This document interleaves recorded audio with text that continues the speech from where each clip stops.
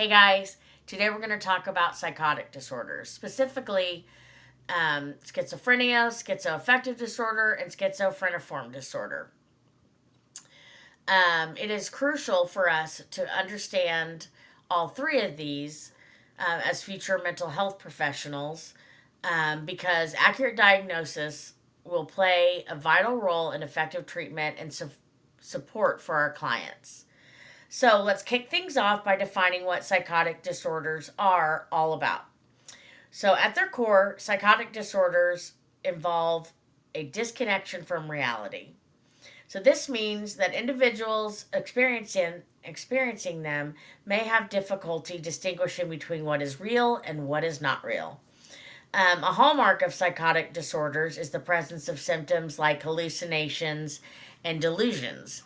Hallucinations can be particularly distressing. They involve seeing, hearing, or feeling things that aren't there, like hearing voices that no one else hears. Delusions, on the other hand, are false beliefs that are strongly held despite clear evidence to the contrary. For example, someone might believe they are being persecuted or that they have extraordinary abilities, like maybe they believe they're a superhero. Another important feature is disorganized thinking. This can manifest as incoherent speech, sometimes referred to as word salad, where an individual struggles to connect their thoughts logically. These symptoms can significantly impact their ability to function in daily life, affecting relationships, work, and overall quality of life. According to the DSM-5 TR, schizophrenia affects about 1% of the population. Schizoaffective disorder is a bit rarer but can be particularly challenging due to its overlap with mood disorders, which I'll explain in a bit. So let's move on to the diagnostic differences between these disorders, which is where it gets interesting. So, schizophrenia is diagnosed when an individual exhibits at least two core symptoms for a significant portion of 1 month.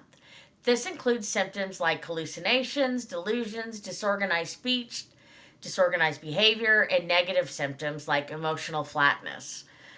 Importantly, for a diagnosis of schizophrenia, these symptoms must have persisted for at least 6 months with some degree of disturbance in daily functioning. This can lead to significant challenges in social interactions and professional life. Schizoaffective disorder, on the other hand, combines elements of schizophrenia and mood disorders. For someone to be diagnosed with schizoaffective disorder, they must experience symptoms of schizophrenia along with mood disorder symptoms such as major depressive or manic episodes. A key point here is that there needs to be a period of at least 2 weeks where hallucinations occur or delusions without any mood symptoms. And this can complicate the diagnosis because it requires super careful observations of symptoms over time.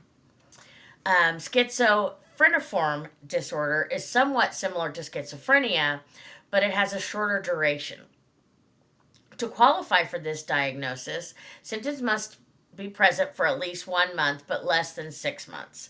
This diagnosis is often used in a situation where a clinician believes that the disorder might clear on its own. It's particularly important to recognize this distinction as it can influence treatment plans and expectations. Now let's discuss why having specifiers and modifiers in these diagnoses are so crucial. Is so crucial.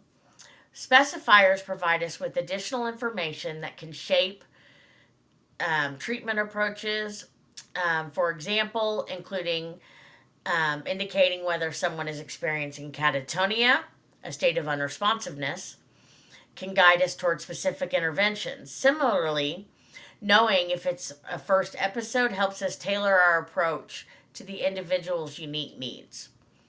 These specifiers have prognostic implications, and they can help clinicians, patients, and their families understand what to expect regarding the course of the disorder.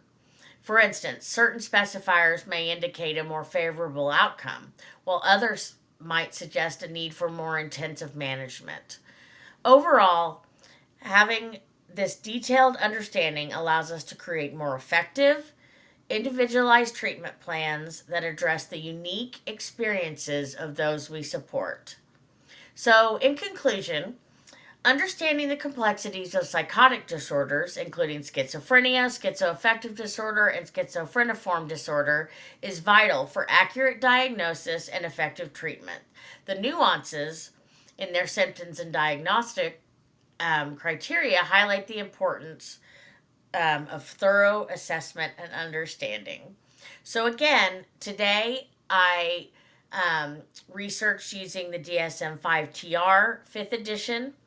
I used Dr. Alexander Ballin's video from 2020, schizophreniform disorder, and I also used Dr. Tracy Meek's video from 2019, What is Schizophrenia? It is More Than Hallucinations. And both those videos were on YouTube. Thanks a lot.